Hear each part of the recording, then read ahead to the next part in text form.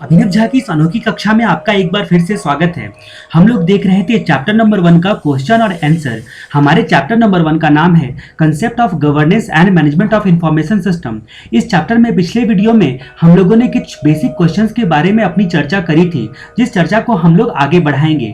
लेकिन इस चर्चा को स्टार्ट करने से पहले वापस से मैं आपको कुछ जानकारी दे देना चाहता हूँ इस चैप्टर के बारे में। ये चैप्टर बड़ा ही आसान चैप्टर है, लेकिन फिर भी थोड़ी जगह पर यहाँ पर काफी कंफ्यूजन होता है। मैं अभी आपको एक स्लाइड दिखाने वाला हूं। उस स्लाइड को अगर आपने समझ लिया तो इस चैप्टर का सारा कंफ्यूजन आपका दूर हो जाएगा। तो चलिए हम लोग चर्चा करते हैं कि कहां पर एग्जाम हॉल में आपको कंफ्यूजन हो सकता है, उसके बारे में शुरुआत में ही अपनी चर्चा। यहाँ पर कुछ एरिया मैंने लिखे हुए हैं जहां पर क्वेश्चन जैसे ही आएगा आपको वैसे ही अलर्ट हो जाना है। सारे का कंपैरेटिव एनालिसिस करके हमने लास्ट मोमेंट रिवीजन की वीडियो में यहाँ पर बताया हुआ है चार्ट के थ्रू।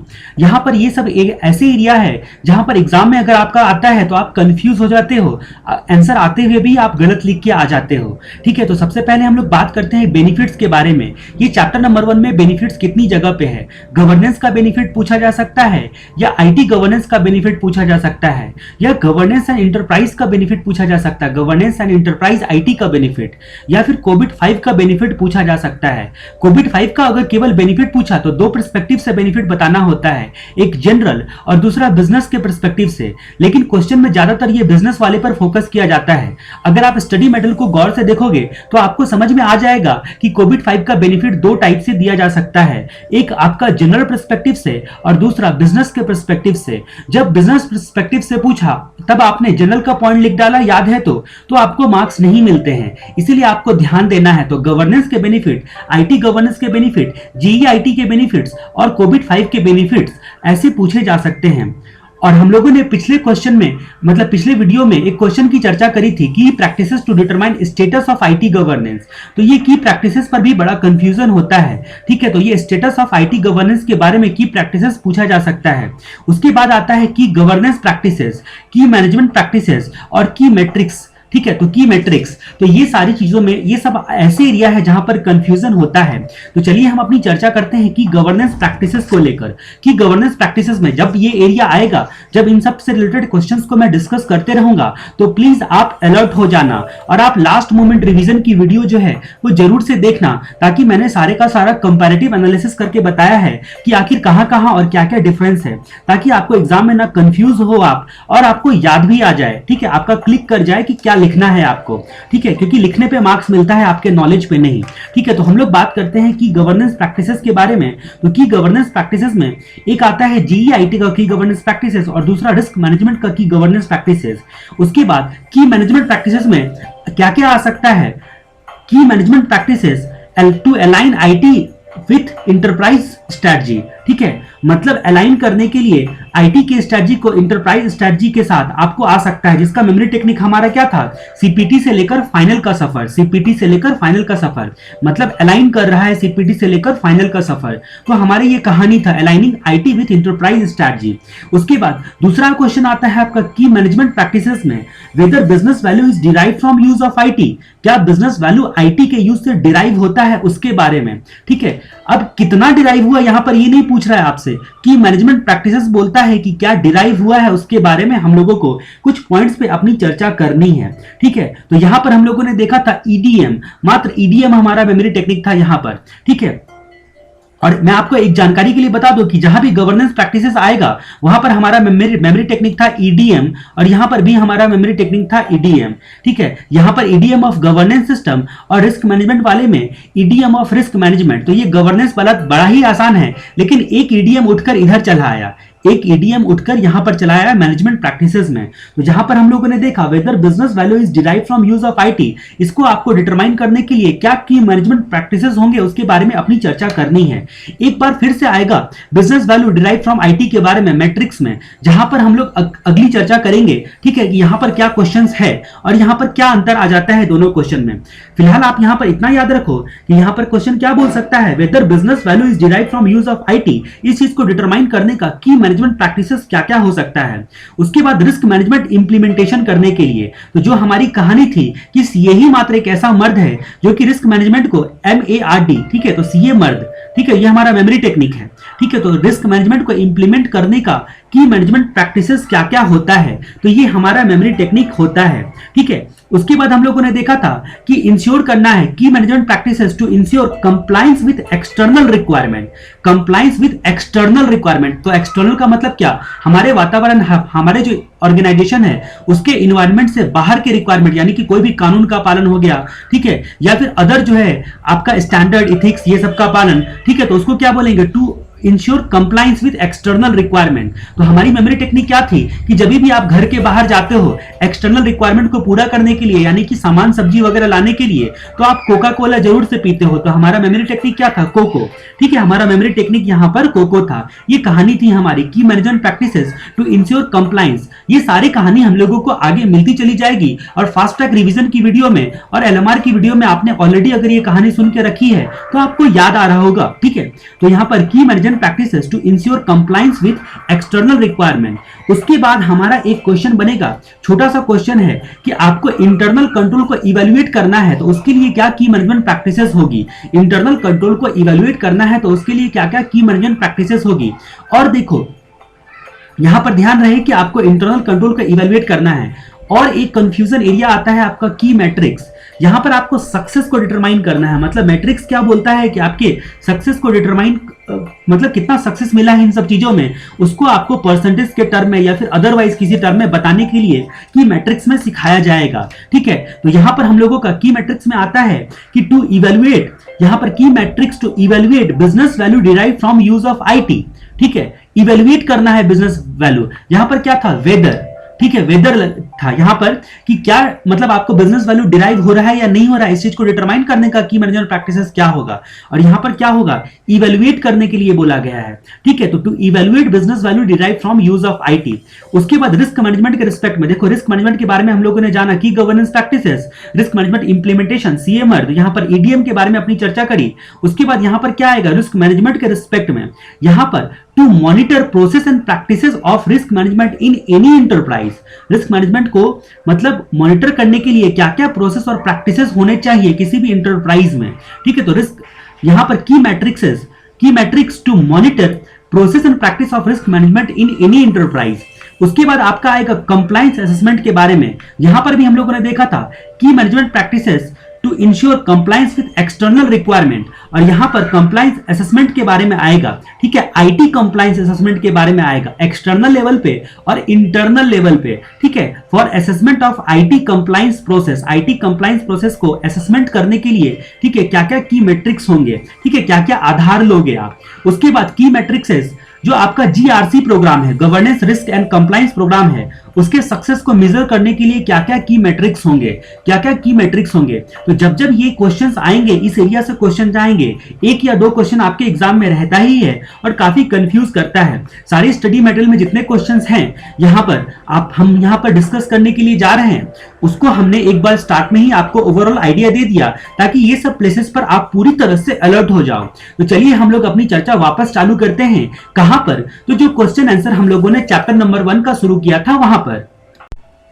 तो हम लोग अगले क्वेश्चन पे आते हैं। हमारा अगला क्वेश्चन क्या है, की बेनिफिट्स। जैसे ही बेनिफिट्स आएगा आपको अलर्ट हो जाना है। गवर्नेंस का बेनिफिट, आईटी गवर्नेंस का benefit, governance and enterprise IT का बेनिफिट्स और कोविड-5 का बेनिफिट्स, इतने सारे बेनिफिट्स आपको पूछे जा सकते हैं। तो की बेनिफिट्स ऑफ आईटी गवर्नेंस, तो ये आईटी गवर्नेंस का बेनिफिट है। ठीक है, अब मैंने आपको क्या बोला था कि जब आईटी गवर्नेंस के बेनिफिट के बारे में आए, जब स्टेटस के बारे में आए, तो मैंने आपको पहले ही बताया था कि आपको कराटे की प्रैक्टिस जो है वो याद आनी चाहिए स्टेटस देखकर। ठीक है, और दूसरा, अगर मान लो कि आईटी गवर्नेंस के बेनिफिट के बारे में आए तो आपको आरती की याद आनी चाहिए। ठीक है, तो मान लो कि हमारी कहानी में क्या हमने देखा था कि आपकी दादी आपसे क्या बोल रही है कि दिन भर दिन रात लैपटॉप पे बैठे रहते हो, फेसबुक करते रहते हो।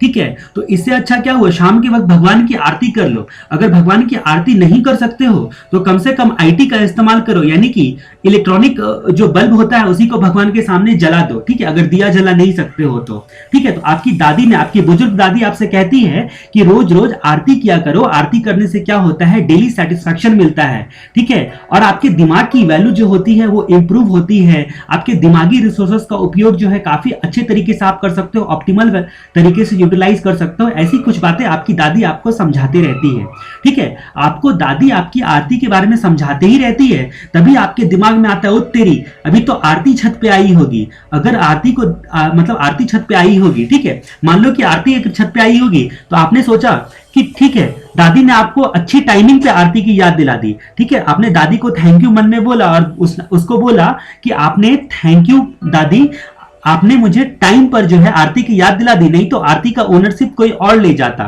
ठीक है, आरती का ओनरशिप कोई और ले जाता, ठीक है। तो फिलहाल हम लोग चर्चा कर लेते हैं अपनी पहली कहानी के पहले हिस्से पर, जब आपको दादी समझा रही है उसमें हम लोगों की आरती का क्या इंपॉर्टेंस है, ठीक है, उसके बारे में हम लोग बात करते हैं। तो दादी ने आपको बोला कि आपकी वैल्यू भी बढ़ेगी और सेटिस्फैक्शन भी इंक्रीज होगा। तो ये सारी चीजें जो होती है इंक्रीज करती है। तो देखो हर जगह इंक्रीज और इंप्रूव वर्ड लगा हुआ है, तो दो जगह आप देख रहे हो इंक्रीज वर्ड लगा हुआ है। क्या बेनिफिट होता है आईटी का यूज करने से? इंक्रीज होता है वैल्यू डिलीवर, ठीक है, वैल्यू डिलीवर जो आप स्टेक होल्डर लोगों को करना है, ठीक है, तो वो इंप्रूव होता है, ठीक है। तो ये आपकी वैल्यू जो है वो जो वैल्यू डिलीवर करने के लिए जा रहे हो, स्टेक होल्डर लोगों को वैल्यू डिलीवर करते हो गवर्नेंस के थ्रू। आप किसी भी इंटरप्राइज का ऑब्जेक्टिव होता है, किसी भी इंटरप्राइज का ऑब्जेक्टिव होता है कि स्टेक होल्डर लोगों को वैल्यू डिलीवर करना, तो वो इंक्रीज होता है। उसके बाद जो यूजर होता है उसका सेटिस्फैक्शन बढ़ता है, जैसा कि दादी ने आपको बोला था सेटिस्फैक्शन बढ़ेगा, तो यूजर सेटिस्फैक्शन जो है वो बढ़ता है। उसके बाद हम लोग आरती करने से, तो इंप्रूव, हर आरती में ARTI, आरती का स्पेलिंग हमारा क्या होगा? ए, उसके बाद R, उसके बाद T और उसके बाद I। तो हमारा ए का मतलब यहां पर एजिलिटी हो गया, ठीक है, एजिलिटी हो गया, ठीक है। क्या होता है हम लोग थोड़ी देर में चर्चा करेंगे। फिलहाल हम लोग पहले बात करते हैं, हमारा पहला पॉइंट क्या हो गया? इंप्रूव एजिलिटी, ठीक है, एजिलिटी को इंप्रूव करता है। दूसरा हमारा आर से क्या हो गया? यहां पर जो भी आईटी रिलेटेड बिजनेस रिस्क होता है उसके मैनेजमेंट को इंप्रूव करता है। आईटी रिलेटेड बिजनेस रिस्क होता है उसके मैनेजमेंट को इंप्रूव करता है ये आईटी, ठीक है, आईटी गवर्नेंस, इतना इसका बेनिफिट है। उसके बाद ट्रांसपेरेंसी को इंप्रूव करता है और उसके बाद इंटीग्रेट करता है, इंटीग्रेट करता है जितने भी रिलेवेंट लॉ एंड रेगुलेशंस होते हैं उसके कंप्लाइंस को और इंप्रूव करता है, ठीक है। तो ये सारी बातें हम लोगों ने ARTI से जानी। ए का मतलब एजिलिटी हमारा हुआ, मतलब जो बिजनेस की नीड, मतलब बिजनेस की नीड को क्या करता है? सपोर्ट करता है। एजिलिटी का मतलब रिस्पॉन्सिवनेस होता है, मतलब आपकी जरूरत के हिसाब से जो है वो आपको मतलब याद दिलाता है कि मतलब रिस्पॉन्स करता है। गवर्नेंस जो है रिस्पॉन्सिवनेस को मतलब इतना फास्ट रिस्पॉन्स करता है आपके कंप्लाइंस को आईटी की वजह से, ठीक है, या फिर सारी चीजों को जो कि गवर्नेंस के एस्पेक्ट के और मैनेजमेंट के एस्पेक्ट से रिलेवेंट हो जाता है, ठीक है, एजिलिटी। तो ठीक है, तो अगर मान लो कि ये आरती है, इसको जो लिट्टी बहुत पसंद है, ठीक है, लिट्टी चोखा बहुत पसंद है, तो वो मान लो कि आप सपने देखते हो कि आपकी शादी उससे हो गई, तो उसके लिए आप रोज शाम को लिट्टी चोखा लेके आओगे, तो इससे याद रखोगे आप एजिलिटी। इंप्रूव करता है एजिलिटी, आपको याद रखना सारी चीजों को बहुत ही जरूरी है स्टडी मटेरियल के अकॉर्डिंग, ठीक है, चाहे वो आप मेमोरी टेक्निक के बिना याद रखो या समझ के याद रखो या कहानी बनाकर याद रखो, जैसे भी याद रखना है रखना पड़ेगा, ठीक है। आर का मतलब हमारा क्या हो गया कि आईटी रिलेटेड जो रिस्क होता है उसको मिटिगेट करता है और ओवरऑल मैनेजमेंट को इंप्रूव करता है। आईटी रिलेटेड रिस्क को मिटिगेट करता है ये गवर्नेंस, दूसरा बेनिफिट हो गया। टी का मतलब हमारा क्या हो गया? ट्रांसपेरेंसी रखता है, ठीक है, ट्रांसपेरेंसी रखता है, मतलब इंड टू इंड पूरे ऑर्गेनाइजेशन में जो आईटी का आप इस्तेमाल कर रहे हो, ठीक है, तो उससे जो बिजनेस प्रोसेस कर रहे हो उसमें ट्रांसपेरेंसी बनी हुई रहती है, ठीक है। उसके बाद इंप्रूव करता है सारे लॉ एंड रेगुलेशन का कंप्लाइंस को और जितने भी रिलेटेड लॉज होते हैं उसको एक साथ जो कलेक्ट करके आपको इंटीग्रेट करके भी बताता है। तो ये आईटी है, आईटी से तो ये सारी फायदे आपको होंगे ही, इतना आपको पता है, ठीक है। उसके बाद दादी आपको क्या बोलती है कि अगर मान लो कि इतना दिमाग लगाओगे, यानी कि इतना चेंज बस खुद में लाओगे कि रोज शाम को आरती करोगे, ठीक है, तो उस सिचुएशन में क्या होगा? तुम्हारा जो दिमाग है, यानी कि तुम्हारा जो आईटी रिसोर्सेस है उसका ऑप्टिमल यूटिलाइज कर पाओगे और तुम्हारा पढ़ाई में मन लगेगा और बेटर परफॉर्मेंस कर पाओगे, पढ़ाई में मन लगेगा और बेटर कॉस्ट परफॉर्मेंस कर पाओगे, ठीक है। तो इस तरह से आपने जाना कि more optimal utilization of IT resources, ठीक है, ये गवर्नेंस की वजह से ही आईटी प्रॉपर मैनर में यूटिलाइज हो पाता है, ठीक है। तो आईटी गवर्नेंस की हम लोग बात कर रहे हैं, ठीक है, यहां पर आईटी की तारीफ नहीं कर रहे हैं हम लोग, आईटी गवर्नेंस की तारीफ कर रहे हैं, ध्यान रहे आपको। उसके बाद बेटर कॉस्ट परफॉर्मेंस, तो जाहिर सी बात है कि बेटर कॉस्ट परफॉर्मेंस तो होगा ही, कॉस्ट बेनिफिट एनालिसिस करोगे तो आईटी गवर्नेंस से, आईटी के इस्तेमाल से, जो भी आईटी से रिसोर्सेज सर्विसेज जो भी आप आईटी से रिलेटेड यूज कर रहे हो, उससे जो है काफी कॉस्ट बेनिफिट एनालिसिस करने के बाद आपको फायदे दिखेंगे। ठीक है, उसके बाद जो भी आईटी रिसोर्सेज होते हैं, ये गवर्नेंस उसका ऑप्टिमल यूटिलाइजेशन में आपको काफी मदद करता है। तो ये सारी चीजें हो गई। अब यहां पर ये बेनिफिट्स जो आप पाना चाहते हो, उसके लिए कुछ ना कुछ प्री कंडीशंस होने चाहिए, प्री रिक्विजिट होने चाहिए। प्री रिक्विजिट को यहां पर बताया गया है। ठीक है, अब ये जो आरती वर्ड था, ये जो आरती वर्ड था, इससे आपने लिंक क्या कर लिया? ठीक है, इससे आपने लिंक क्या कर लिया? ये वाली आरती को लिंक कर लिया, आरती वर्ड से ये वाले आरती को लिंक कर लिया। ठीक है, उसके बाद क्या हुआ कि आपने बोला वाह क्या टाइमिंग है दादी तुम्हारी आरती के बारे में चर्चा करने का। ठीक है, तो उससे हम लोग ने क्या देखा कि सबसे पहले क्या देखा कि अगर हम यहां पर छत पर आप नहीं जाते तो ओनरशिप कोई और ले जाता उस दिन का। ठीक है, तो ओनरशिप डिफाइंड एंड एग्रीड होना चाहिए। जितने भी बेनिफिट्स होते हैं उसके ओनरशिप डिफाइंड और एग्रीड होने चाहिए।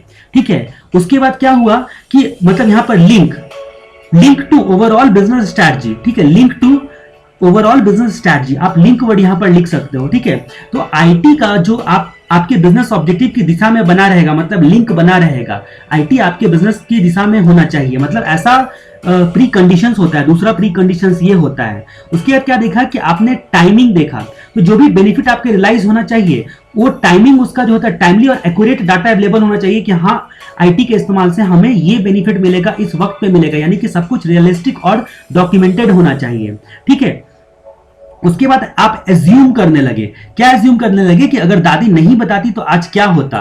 तो जो कुछ भी आपका ने एजम्पशन लिया है इस बेनिफिट के रिस्पेक्ट में, जो भी कुछ भी आपका एजम्पशन लिया है, ठीक है, वो सब के सब भी जो होने चाहिए उसका कुछ ना कुछ आधार होना चाहिए। रिस्क, एजम्पशन और डिपेंडेंसी जो होती है वो आपका जो है, मतलब जो भी आपने एजम्पशन लिया है वो कुछ ना कुछ प्रॉपर उसका बेस होना चाहिए। ठीक है, ये आपको ध्यान देना है। और उसके बाद जो बेनिफिट आपको हो रहा है या नहीं हो रहा है, उस चीज को कैसे आप समझोगे, उसको कैसे मेजरमेंट करोगे। ठीक है, तो उसका भी बेनिफिट जो होता है, मतलब आपके आईटी के बेनिफिट को मेजर करने का, मतलब आपको मापने का जो है कुछ ना कुछ मैकेनिज्म आपके पास अवेलेबल होना चाहिए। ठीक है, और वो जो मापना ही केवल काफी नहीं है, उससे रिलेटेड डाटा भी आपके पास अवेलेबल होना चाहिए, उससे रिलेटेड डेटा भी आपके पास अवेलेबल होना चाहिए।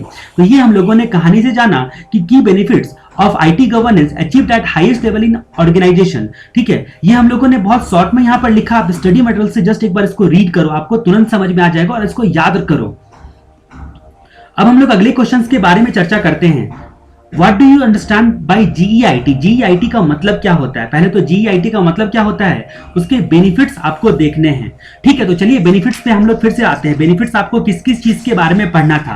तो बेनिफिट्स में हम लोगों ने देखा गवर्नेंस का बेनिफिट आपको जानना था, आईटी गवर्नेंस का बेनिफिट जानना था, उसके बाद GEIT का बेनिफिट जानना था। GEIT का बेनिफिट जो कि यहाँ पर ये हमारा क्वेश्चन है, एक बच गया लास्ट में कोविड-5, जिसको दो पर्सपेक्टिव से आपको जानना है। ठीक है, तो GEIT के बेनिफिट पर अगर हम लोग चर्चा करते हैं तो यहाँ पर क्या करना है, यहां पर ध्यान रखना है align LTC with board, board के साथ एलटीसी को अलाइन करना है। ठीक है, बोर्ड के एलटीसी को अलाइन करना है। ठीक है, तो ये आपको याद रखना है बस यहां पर। तो यहां पर जीआईटी एक्चुअली में होता क्या है, पहले हम लोग उसके बारे में अपनी चर्चा करते हैं। तो जब जीआईटी के बारे में आपको कुछ लिखने के लिए आए तो सबसे पहले तो आपको लिखना है कि जीआईटी जो होता है वो कॉर्पोरेट गवर्नेंस का सबसेट होता है। गवर्नेंस एंड इंटरप्राइज आईटी जो होता है वो कॉर्पोरेट गवर्नेंस का सबसेट होता है, कॉर्पोरेट गवर्नेंस का ही एक सबसेट होता है। ठीक है, ये इंटरप्राइज गवर्नेंस है, इसमें ये कॉर्पोरेट गवर्नेंस है। ठीक है, और इसका ये सबसेट होता है कॉर्पोरेट गवर्नेंस का, पूरा सबसेट पूरा कॉर्पोरेट गवर्नेंस है।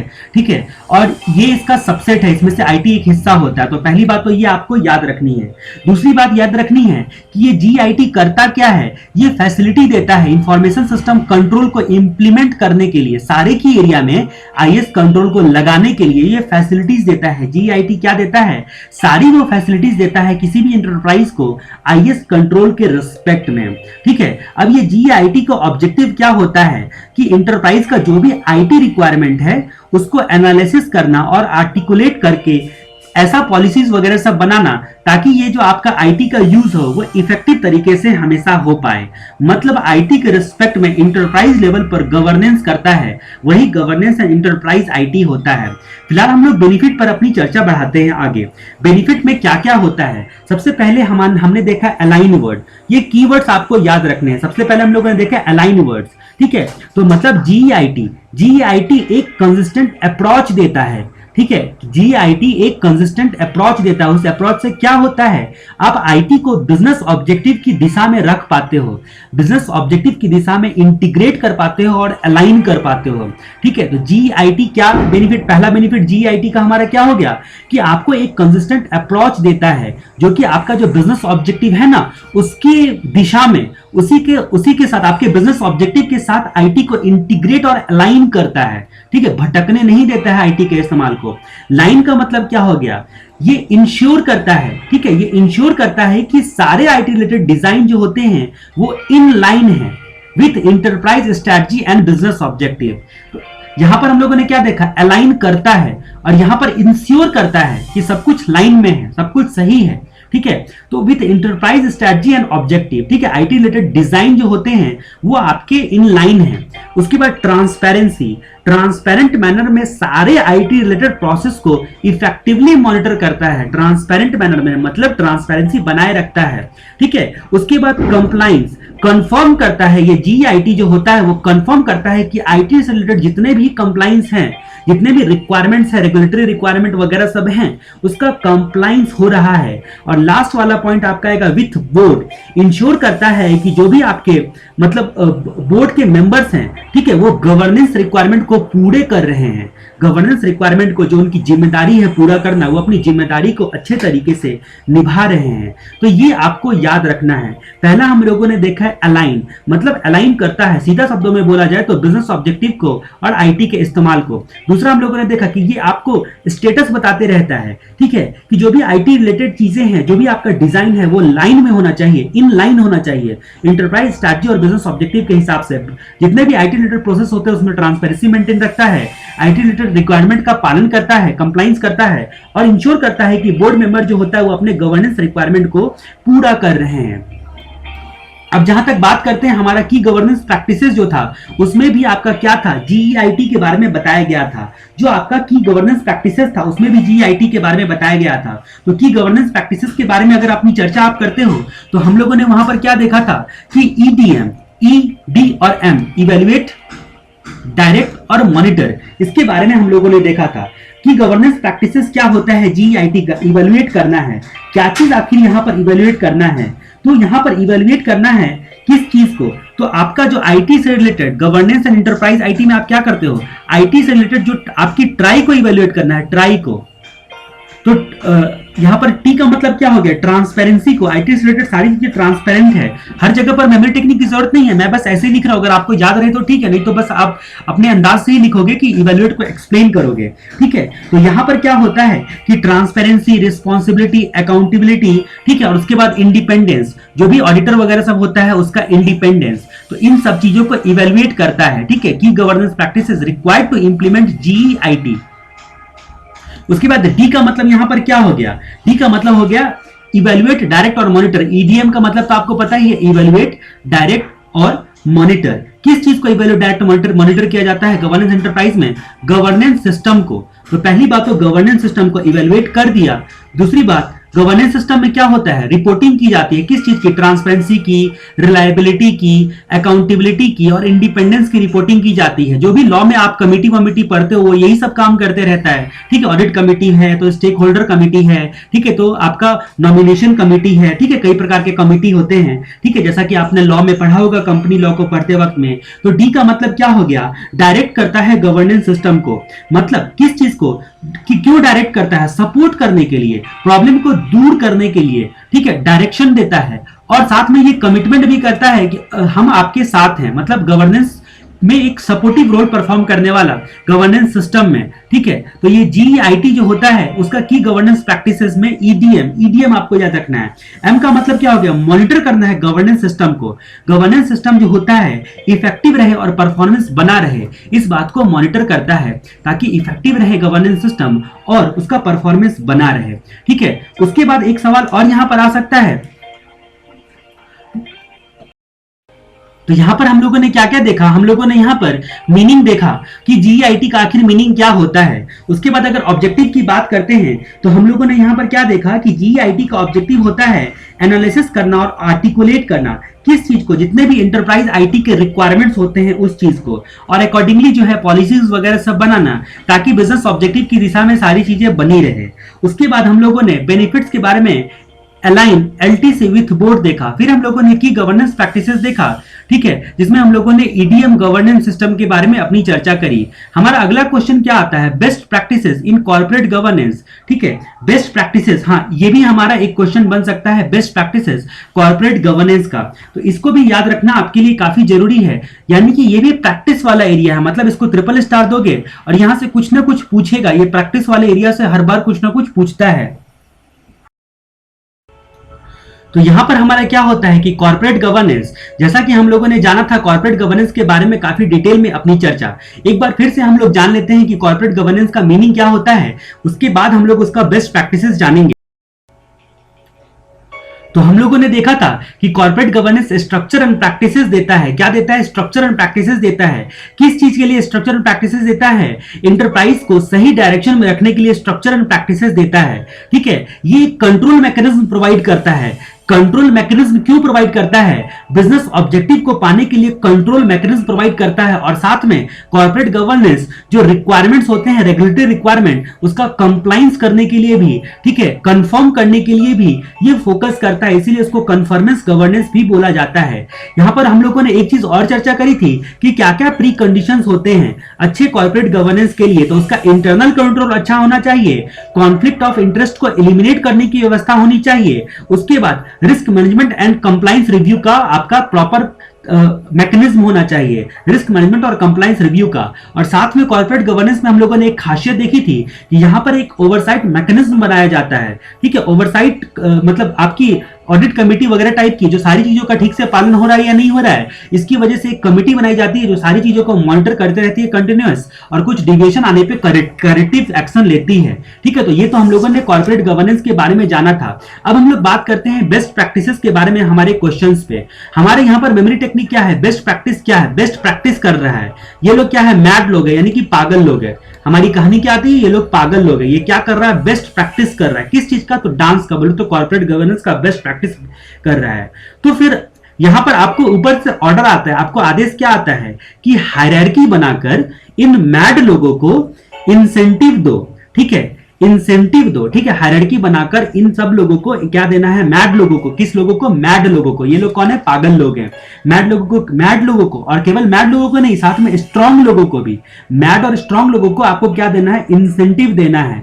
तब जाकर आपका जो स्पेशल मॉनिटर है, यानी कि आपका जो दिमाग खराब करना, ये लोग बंद करेंगे। तब आपके दिमाग में अच्छा इंफॉर्मेशन फ्लो हो पाएगा और आपको सारी चीजें याद हो पाएगी, यानी कि बेस्ट प्रैक्टिसेस जो है वो आपको याद हो पाएगा। तो हमने कहानी में क्या क्या वर्ड देखा? पहला वर्ड हम लोगों ने देखा हायरार्की, ठीक है। तो जितने भी लोग होते हैं, जो भी रिस्पॉन्सिबल लोग होते हैं या डिसीजन मेकिंग अथॉरिटीज होती है, इंडिविजुअल से लेकर टॉप मैनेजमेंट तक, सबकी अप्रूवल की हायरार्की और रोल एंड रिस्पॉन्सिबिलिटीज जो है वो डिफाइंड होनी चाहिए। पहला बेस्ट प्रैक्टिस क्या है? हम मानेंगे बेस्ट प्रैक्टिस है अगर ये काम आपने कर दिया तो इंडिविजुअल से लेकर टॉप मैनेजमेंट तक जो सबके अप्रूवल की हायरार्की जो होती है। गवर्नेंस का मतलब क्या कि हर के आदमी के काम को ऊपर वाले लोग जो है रिव्यू करेंगे, ठीक है, मतलब रिव्यू करेंगे प्रॉपरली। तो इसके लिए क्या होना चाहिए? हायरार्की बनाना है आपको।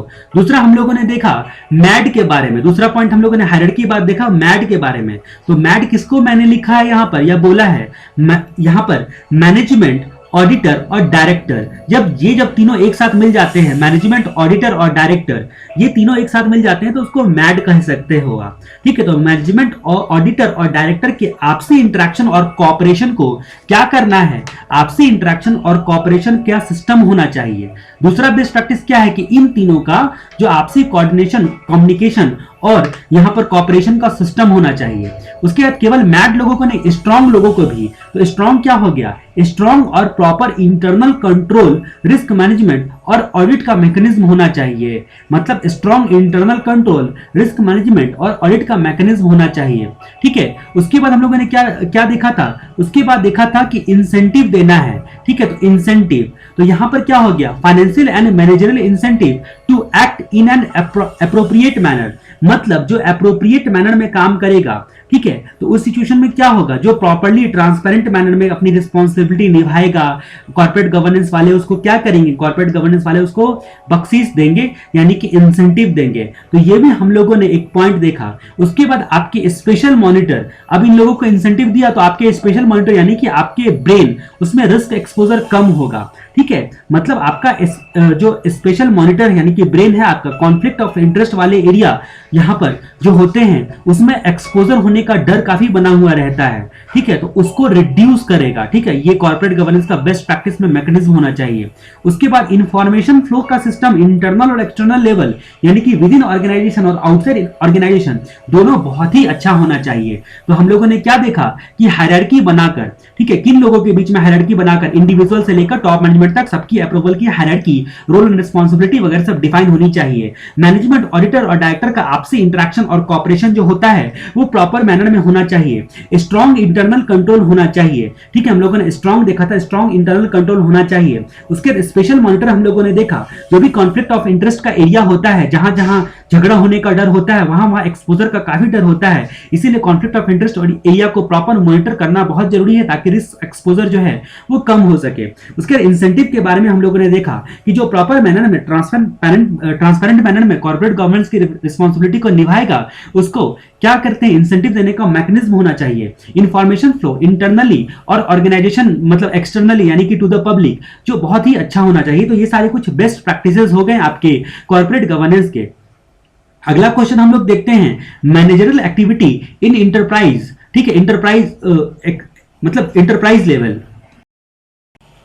अब जब मैनेजरियल एक्टिविटी किसी भी इंटरप्राइज में आता है, ठीक है, managerial activity in any enterprise जब आता है तो उसके मतलब उसको 3 लेवल में बांटा जा सकता है। मैनेजरियल एक्टिविटी किसी भी इंटरप्राइज में 3 लेवल पे बांटा जा सकता है। ठीक है, आप क्या बोलते हो, नमो। ठीक है, आप क्या बोलते हो, नमो। ठीक है, मान लो कि अगला नमो आया, इनका बेटा है। ठीक है, इनका बेटा है, पता चला कुछ दिन के बाद, उसका नाम है समो। ठीक है, नमो का बेटा हो गया समो। तो ये क्या करते हैं, मैनेजरियल एक्टिविटी करता है किसी भी इंटरप्राइज का, वो मैनेजरियल एक्टिविटी कर सकता है। वो समो के पास इतना दिमाग है, नमो टाइप का। ठीक है, तो ये समो यहां पर क्या हो गया, managerial activity in any enterprise 3 level पे होता है। वैसे यहां पर मेमोरी टेक्निक की जरूरत नहीं है, यहां पर ये टॉप मैनेजमेंट का काम है, स्ट्रेटेजिक प्लानिंग। उसके बाद ये मिडिल लेवल का मैनेजमेंट कंट्रोल और उसके बाद ऑपरेशनल कंट्रोल। ठीक है, तो मैनेजरियल एक्टिविटी 3 लेवल पे होती है। ठीक है, ये आपको ध्यान देना जरूरी है जब भी आईटी स्ट्रेटजी प्लान आएगा। ठीक है, आपका यहां पर क्या हो गया, आईटी स्ट्रेटजी। ठीक है, आईटी स्ट्रेटजी में अगर प्लान वर्ड लगा हुआ है तो आपको कुछ बातें मैं अभी बताने के लिए जा रहा हूं थोड़ी देर में, जो आपको याद रखना है। आईटी स्ट्रेटजी प्लान जब आएगा, क्योंकि ये एरिया से क्वेश्चन भी अगर आ गया इस चैप्टर का, तो थोड़ा आपको समस्या हो सकता है, थोड़ा आपको प्रॉब्लम हो सकती है। तो हम लोग सबसे पहले बात करते हैं, मैनेजरियल एक्टिविटीज 3 लेवल पे होती है। ठीक है, किसी भी इंटरप्राइज में ये 3 लेवल कौन कौन से, स्ट्रेटेजिक प्लानिंग, मैनेजमेंट कंट्रोल और ऑपरेशनल कंट्रोल। ठीक है, इसको हम लोग समूह बोल के हम लोगों ने बुलाया। स्ट्रेटेजिक प्लानिंग ये क्या होता है, स्ट्रेटेजिक प्लानिंग में आपको देखना होता है कि जो इंटरप्राइज होता है उसका ऑब्जेक्टिव क्या क्या है, और वो ऑब्जेक्टिव को पाने के लिए क्या क्या रिसोर्सेस लगेंगे। ऑब्जेक्टिव को पाने के लिए क्या क्या रिसोर्सेस लगेंगे, वो रिसोर्सेस हमें खरीदना होगा या हमारे पास अवेलेबल है। ठीक है, अगर खरीदना होगा तो पैसे कहां से आएंगे, अपने खुद के इंटरप्राइज में मेक और बाय डिसीजन वगैरह सब भी लेना, ये स्ट्रेटेजिक प्लानिंग में ही आ जाएगा। मतलब रिसोर्सेस के संदर्भ में managerial activities in an enterprise. उसके बाद हम लोगों का यहाँ पर आईटी स्ट्रेटेजिक प्लानिंग प्रोसेस भी आएगा, उसमें भी आप रिसोर्सेस वर्ड पक्का से मत भूलना। रिसोर्सेस के रिस्पेक्ट में, आईटी रिसोर्सेस के रिस्पेक्ट में हमारे स्टडी मेटल में फोकस किया गया है, रिसोर्सेस के ऊपर फोकस किया गया है। तो स्ट्रेटेजिक प्लानिंग में यहां पर डिसाइड करना है ऑब्जेक्टिव पर, रिसोर्सेस पर और पॉलिसीज पर स्ट्रेटेजिक प्लानिंग में। दूसरा मैनेजमेंट कंट्रोल आता है, मतलब इंश्योर करना है यहां पर कि जो आपका एश्योर करना है कि रिसोर्सेस जो होता है वो सही लिया गया है और सही इस्तेमाल किया जा रहा है उसका। ये मैनेजमेंट का काम होता है, मिडिल लेवल मैनेजमेंट का काम होता है। ठीक है, एश्योरेंस प्रोवाइड करना, जो आईटी रिसोर्सेस होता है उसका खर्च कहां कहां हो रहा है और सही जगह पे हो रहा है। उसके बाद ऑपरेशनल कंट्रोल, वो लोअर लेवल का काम होता है, मतलब जो आपको असाइन किया गया है टास्क, ठीक है, आईटी के संदर्भ में उसको प्रॉपर मैनर में, प्रॉपर तरीके से करना, जो कंट्रोल मैनर में, वैसा कंट्रोल ऑपरेशनल कंट्रोल कहलाता है। ये इंपॉर्टेंट एरिया नहीं है, यहां से क्वेश्चन कम ही चांस है कि पूछा जा सकता है, लेस इंपॉर्टेंट। ठीक है, अब हम लोग बात करते हैं right short notes on roll of IT in an enterprise. किसी भी इंटरप्राइज में आईटी का रोल, ये भी बहुत कम आपसे पूछा जा सकता है कि जो आईटी का रोल होता है किसी भी इंटरप्राइज में, क्योंकि इसमें आप इकोलॉजी का इस्तेमाल करोगे, ऐसे ही कुछ लिखने लगोगे। लेकिन फिर भी क्योंकि स्टडी मटेरियल में ऐसा कुछ एरिया सब है, तो हम उस पर एक बार अपनी चर्चा कर लेते हैं, ताकि अगर गलती से पूछ दिया तो आप अपने आंसर को सही दिशा में फेंक सको, सही दिशा में लिख सको। ठीक है, तो सबसे पहले आपका क्या हो गया, जो आप किसी भी इंटरप्राइज में आईटी का इस्तेमाल करोगे तो आपको दो प्रकार के एडवांटेज होते हैं, जैसा कि आप आईपीसी से पढ़ते आ रहे हो आईटीएसएम में, स्ट्रैटेजिक और कॉम्पिटिटिव एडवांटेज। तो इसके बारे में अभी आप एक्सप्लेन करने में एक्सपर्ट हो ही, मैं क्या एक्सप्लेन करूं। उसके बाद आईटी डिप्लॉयमेंट, जो भी बिजनेस प्रोसेस होता है उसके लिए आईटी को करेक्टली डिप्लॉय किया जा सकता है। आईटी का जो तीसरा रोल है इंटरनल कंट्रोल काफी अच्छा होता है। बिजनेस प्रोसेस री इंजीनियरिंग, बिजनेस प्रोसेस री इंजीनियरिंग में, जैसा कि आपको अगर आईपीसी का याद होगा तो आपने बिजनेस प्रोसेस री इंजीनियरिंग में क्या देखा था, मान लो कि यहां पर क्या होता है कि बिजनेस प्रोसेस इंजीनियरिंग में मतलब आपका पिछला जो कुछ भी कर रहे थे उसको मान लेते हो कि अब तक जो भी था वो कर रहे थे वो गलत था, गलत तरीके से कर रहे थे, तो उसको ड्रास्टिकली आप इंप्रूव कर देते हो। ठीक है, प्रॉपर मैनर में पूरा री इंजीनियर कर देते हो अपने बिजनेस प्रोसेस को, मतलब 80 से 90% चेंज करते हो, ना कि 10% इंक्रीमेंट करते हो। ठीक है, 80 to 90% जो होता है ड्रास्टिकली जो है चेंज करते हो। ठीक है, तो ये बिजनेस प्रोसेस री इंजीनियरिंग काफी अच्छा होता है आईटी को लगाने से। उसके बाद गवर्नेंस काफी अच्छा होता है। गवर्नेंस दो पर्सपेक्टिव से, कन्फॉर्मेंस और परफॉर्मेंस पर्सपेक्टिव से। तो ये जब गवर्नेंस की या इंटरप्राइज गवर्नेंस की बात आएगी तो आप दो डायमेंशन का चर्चा तो पक्का से कर देना। तो ये कुछ पॉइंट्स होते हैं जो पॉइंट आप दिमाग में रखो, आप इस अकॉर्डिंग जो है एग्जाम में लिख सकते हो अगर ऐसा कुछ आ गया तो। अब हम लोग बात करते हैं कि आईटी स्ट्रैटेजी और बिजनेस स्ट्रैटेजी में क्या क्या रिलेशन होता है, रिलेशनशिप ऑफ बिजनेस स्ट्रैटेजी। ठीक है, और आईटी स्ट्रैटेजी के बारे में हम अपनी चर्चा करते हैं कि रिश्ता क्या होता है। ये भी कोई खास इंपॉर्टेंट क्वेश्चन नहीं है, लेकिन अगर ऐसा कुछ रिलेशन के बारे में आपसे पूछ दिया जाए तो आप सही दिशा में लिख पाओ, इसलिए मैंने इस क्वेश्चन को भी आपको एक्सप्लेन करना है। सबसे पहले हम लोग बात करते हैं रिलेशन के बारे में। जो भी बिजनेस स्ट्रैटेजी होती है, ठीक है, कोई भी बिजनेस स्ट्रैटेजी बोलो तो इंटरप्राइज स्ट्रैटेजी जो होती है, ठीक है, वो आईटी स्ट्रैटेजी के बिना पॉसिबल ही नहीं है आज के डेट में। मतलब अगर आपको इफेक्टिव बिजनेस स्ट्रैटेजी बनानी है तो उसके लिए पहले आपको अच्छी आईटी स्ट्रैटेजी बनाना पड़ेगा। ठीक है, यानी कि डिपेंडेंट है एक दूसरे पे। ठीक है, मतलब सॉरी, बिजनेस स्ट्रैटेजी जो होता है वो आईटी स्ट्रैटेजी पे पूरी तरह से डिपेंडेंट है आज के डेट में। ठीक है, बिजनेस स्ट्रैटेजी के लिए जो होता है यहां पर क्या किया जाता है, इंटरप्राइज को क्या किस चीज की स्ट्रैटेजी बनानी पड़ती है। तो डिसीजन मेकिंग के लिए क्या करते हो आप, ऑर्गेनाइजेशन के स्ट्रक्चर को कई पार्ट में डिवाइड करते हो, प्री डिफाइंड और कोऑर्डिनेटेड मैनर में, प्री डिफाइंड और कोऑर्डिनेटेड मैनर में। ठीक है, तो ऑर्गेनाइजेशनल कंट्रोल, ऑपरेशनल कंट्रोल, ये सारी चीजें आपको चैप्टर नंबर 3 में पढ़नी है। ठीक है, तो वहां से मैं थोड़ी बातें आपको बता रहा हूं। ठीक है, तो आप क्या करते हो, स्ट्रक्चर में बांटते हो। बिजनेस स्ट्रैटेजी में आप क्या करते हो, इंटरप्राइज के स्ट्रक्चर को सुधार करते हो। कैसे, कोऑर्डिनेटेड मैनर में। मतलब अब उसको सुधार करने के लिए भी आप क्या करते हो, आईटी का तरीका जो है ढूंढते हो। आईटी से कैसे आप जो है अपने बिजनेस स्ट्रैटेजी को सही कर सकते हो, सारे प्रोसेस आप कैसे अलाइन कर सकते हो। ठीक है, बिजनेस ऑब्जेक्टिव को पाने के लिए। तो ये एक तरह से रहा कि स्ट्रैटेजी, पॉलिसी एंड प्रोसीजर बनाते हो। जो स्ट्रैटेजी, पॉलिसी एंड प्रोसीजर में ही आप रिलेशनशिप को डिफाइन कर सकते हो। दूसरा, impact on control. Impact on control, जो भी आपका इंटरनल कंट्रोल में आईटी हेल्प करता है, जैसा कि पिछले क्वेश्चन में हम लोगों ने देखा। उसके बाद क्या होता है कि बिजनेस स्ट्रैटेजी को इंप्लीमेंट करने में भी आपको आईटी काफी हेल्प करता है। जो बिजनेस स्ट्रैटेजी को इंप्लीमेंट कर ही नहीं सकते आईटी के बिना, ये सारी चीजें आपने आईपीसी में पढ़ी थी। ठीक है, उसके बाद ऑडिटर के पॉइंट ऑफ व्यू से भी आप एक पॉइंट लिख सकते हो कि आप आईटी स्ट्रैटेजी होने से ऑडिटर को क्या क्या मदद मिलती है और कितना अच्छा तरीके से वो अपना ऑडिट कर पाता है। तो यहां से भी क्वेश्चन बन नहीं सकता है, लेकिन फिर भी अगर मान लो कि बिजनेस स्ट्रैटेजी और आईटी स्ट्रैटेजी के बीच में कुछ रिलेशनशिप वगैरह के टाइप का क्वेश्चन क्रिएट हो तो आप आंसर कर सकते हो। अब हम लोग बात करते हैं की management practices required for aligning IT strategy with enterprise strategy. जैसा कि मैंने आपको बोला था कि की मैनेजमेंट प्रैक्टिसेस वगैरह सब जहां आएगा उसको कंफ्यूजन को दूर करने के लिए मैंने आपको फर्स्ट स्लाइड में ही सारी चीजें जो है समझा दी थी। अब हम लोग यहां पर बात करते हैं की management practices aligning IT strategy with enterprise strategy. अब ये आईटी स्ट्रैटेजी और इंटरप्राइज स्ट्रैटेजी को आपको अलाइन करना है। उसके लिए क्या क्या की मैनेजमेंट प्रैक्टिसेस जो हैं वो होनी चाहिए, उसके बारे में आपको जानना है। अभी यहां पर हम लोगों ने एक कहानी देखी थी कि एक सीपीटी का बच्चा था, सीपीटी का स्टूडेंट था, वो फाइनल तक जाकर सीए बनना चाहता है, ठीक है, फाइनल पास होकर, सीपीटी पास करके फिर फाइनल पास करके इतना दूर का जो है वो स्ट्रैटेजी बना रहा है, देखो इतना प्लानिंग कर रहा है पूरा, ठीक है, क्या उसका ऑब्जेक्टिव है, क्या उसका गोल है, और ठीक है, और उसका दिमाग अभी कितना है, वो सीए करने लायक है या नहीं, उसी सब बारे में उस काफी विचार कर रहा है। तो ये हमारी कहानी का अहम हिस्सा था, जो आईटी स्ट्रैटेजी बोलो तो हमारा सीबीटी, और एंटरप्राइज स्ट्रैटेजी बोलो तो फाइनल, ठीक है। तो ये हमारे कहानी का नाम ही है यहाँ पर कि management practices required for aligning IT strategy with enterprise strategy, CPT से लेकर फाइनल का सफर, ये हमारी कहानी का टाइटल है। तो आप यहां पर देख सकते हो, हमने यहां पर लिखना है करंट डायरेक्शन, आप यहां पर एक वर्ड लिख सकते हो करंट डायरेक्शन। तो ये आपका सी हो गया, और ये आपका पी हो गया, और इसके बाद टी हो गया, ठीक है, सीपीटी। सीपीटी और फाइनल के बीच में इसको इतना गैप दिख रहा है, तो वो गैप एनालिसिस कर रहा है, सीपीटी और फाइनल के बीच में गैप एनालिसिस कर रहा है। और उसके बाद वो स्ट्रेटजिक प्लान और रोड मैप के बारे में सोच रहा है कि सीए का रोड मैप क्या करना होता है, आर्टिकलशिप करते करते उस वक्त जाके कैसे पढ़ेंगे। अभी ये प्लानिंग कर रहा है कि ये सीए करे ना करे। उसके बाद वो अपने मम्मी पापा को कम्युनिकेट करता है, मतलब मम्मी पापा से बात करता है, और जो भी उसकी स्ट्रेटजी होती है उसमें प्रॉपर्ली अलाइनमेंट है या नहीं, उसके मम्मी पापा जो है वो देखते हैं कि बेटा सीए कर पाएगा या नहीं कर पाएगा उसके बारे में।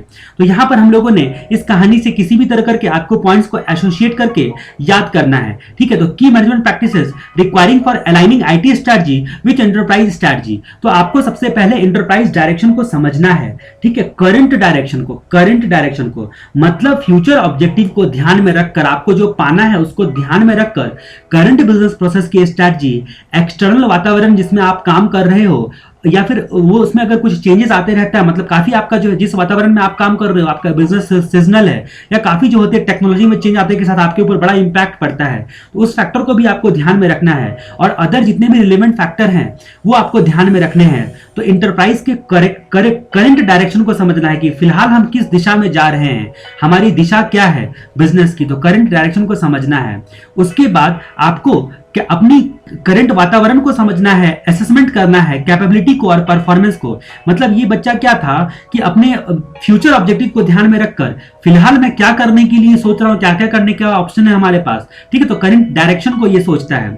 उसके बाद यहां पर क्या देखता है कि करंट इन्वायरमेंट, कैपेबिलिटीज, अपनी औकात को भी देखेगा, और परफॉर्मेंस उसका कितना था, मैट्रिक वेट्रिक में कितने नंबर लाया है, कैसा परफॉर्मेंस वो दे सकता है, ठीक है। तो परफॉर्मेंस का भी असेसमेंट करता है, ठीक है। तो सी और पी का मतलब हमें पता चल गया। उसके बाद क्या होता है कि टारगेट आईटी कैपेबिलिटी, उसको समझ में आ गया कि जो हमारी अभी कैपेबिलिटी है या परफॉर्मेंस हमारा था उससे कुछ नहीं होने वाला, हमारा टारगेट बहुत बढ़ाना पड़ेगा। टारगेट आईटी कैपेबिलिटी उसको डिफाइन किया जाता है, डिफाइन करना है, मतलब आईटी सर्विसेज और बेनिफिट, आईटी सर्विसेज से किस और रिसोर्सेज से किस एक्सटेंट तक बेनिफिट लेना है, आपको किस एक्सटेंट तक बेनिफिट मिलेगा, क्या क्या उसके फैक्टर्स होंगे जो बेनिफिट लेने के लिए, क्या क्या स्टैंडर्ड और बेस्ट प्रैक्टिसेस आपको लगाने हैं, ठीक है। तो ये टारगेट डिसाइड कर लिया, ये करंट पोजीशन के लिए 2 पॉइंट आ गए, टारगेट डिसाइड कर लिया। अब करंट और फ्यूचर में जो गैप है उसका गैप एनालिसिस तो करना ही पड़ेगा।